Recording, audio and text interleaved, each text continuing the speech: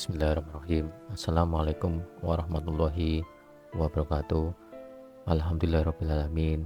Segala puji dan syukur atas kehadirat Allah Subhanahu wa Ta'ala yang telah memberikan kepada kita iman, Islam, dan keberkahan dalam hidup ini.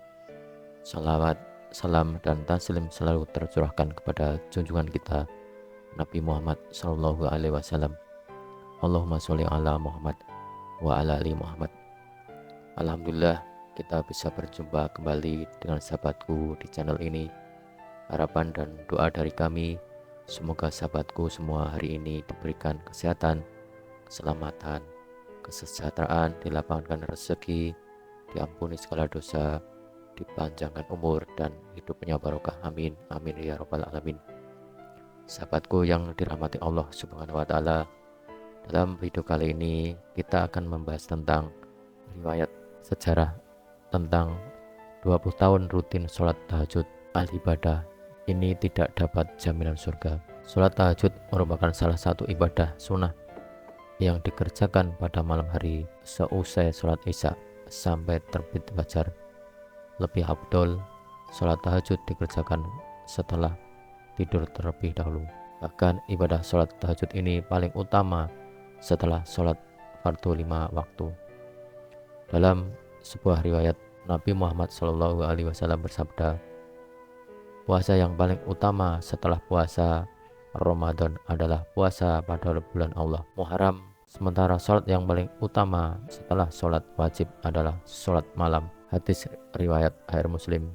Bahkan waktu pelaksanaan sholat tahajud ini termasuk ke dalam waktu yang sangat mustajab untuk memanjatkan doa pada sepertiga malam terakhir atau malam hari mendekati waktu subuh atau sahur. Melalui surat Az-Zariyat ayat 18, Allah berfirman, dan selalu memohonkan ampunan di waktu pagi sebelum fajar.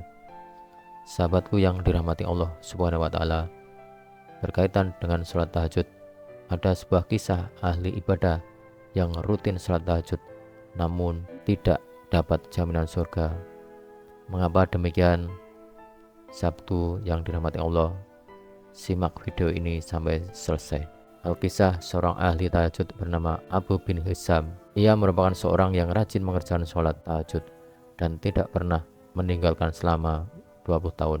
Suatu ketika ia ingin mengambil air wudhu, ada sesuatu yang mengejutkannya. Sebuah sosok duduk di pekarangan rumahnya. Abu bin Hasim lantas bertanya, wahai hamba Allah, siapakah engkau?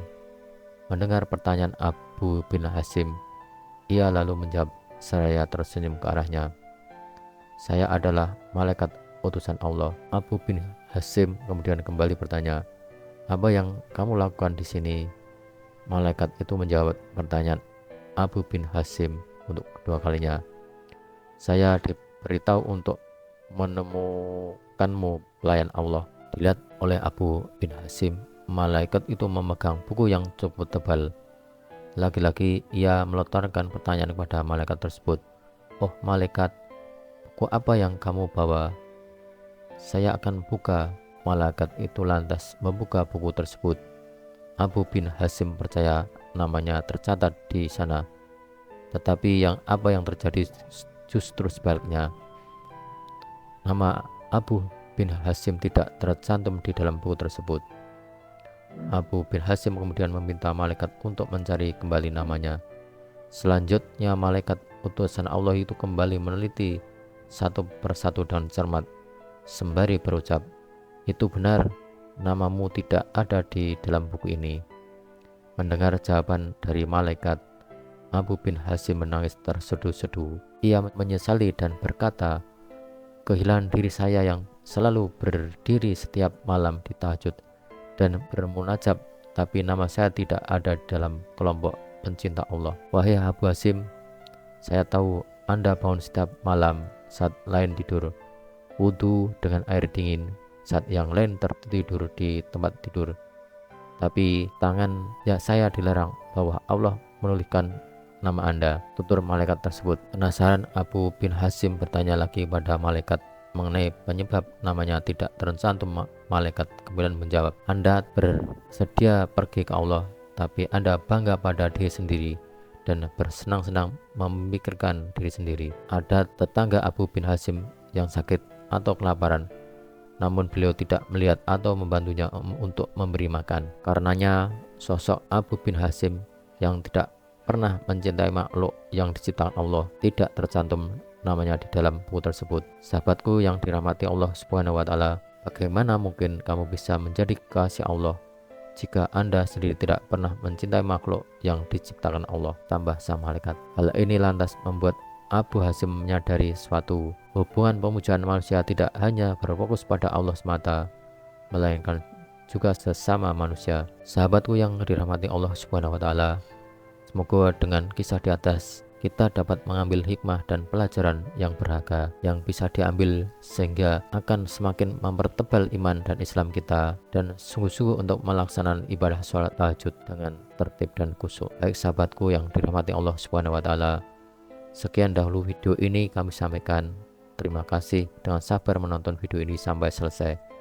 Semoga dengan video ini semakin menambah wawasan, menambah ilmu, dan menambah perbendaharaan. Tak lupa sebarkan kebaikan bahkan ini agar menjadi ladang amal yang kita nikmati di akhirat kelak. Jangan lupa untuk berbagi kepada teman-teman sekalian agar mereka juga mendapatkan pengetahuan yang bermanfaat. Sampai jumpa di video Islam berikutnya, dan selamat menjalani hari ini dengan penuh barokah. Amin. Waalaikumsalam warahmatullahi wabarakatuh.